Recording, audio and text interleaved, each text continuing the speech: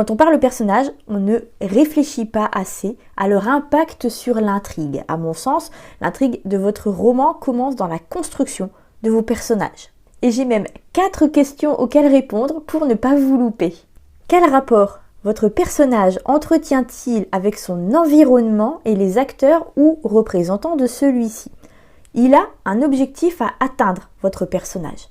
Comment son but entrera-t-il en contradiction avec ses valeurs, ses ambitions, ses habitudes? Comment pouvez-vous créer un décalage? Quel est son rôle dans l'histoire? Protagoniste ou antagoniste, c'est pas suffisant. Savoir que Biduline est la protagoniste de votre intrigue, ok. Mais à ce stade, elle n'est qu'un prénom et un premier pion sur un échiquier qui ne ressemble pas à grand-chose pour l'instant. Quel bouleversement le rôle de Biduline entraînera-t-il? Là, je parle de bouleversement à l'échelle de l'intrigue, mais aussi à l'échelle du personnage. Quel est le besoin qui entre en conflit avec son envie?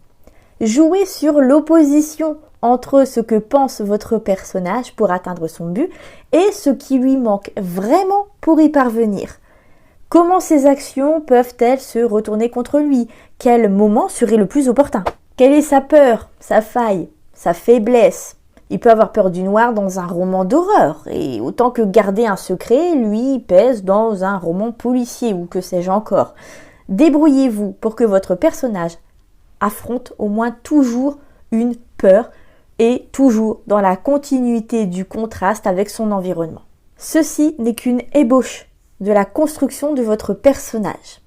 L'idée est d'obtenir au terme de ces 4 questions un portrait robot de votre personnage, un brouillon de sa personnalité, un échantillon de ce qu'il peut apporter à l'intrigue de votre roman.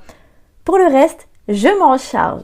Des personnages qui font bouger l'intrigue et non pas l'inverse, des personnages qui évoluent, des personnages qui ont une voix propre et qui la défendent. Votre abonnement suffit, c'est dans l'écriturienne dès maintenant.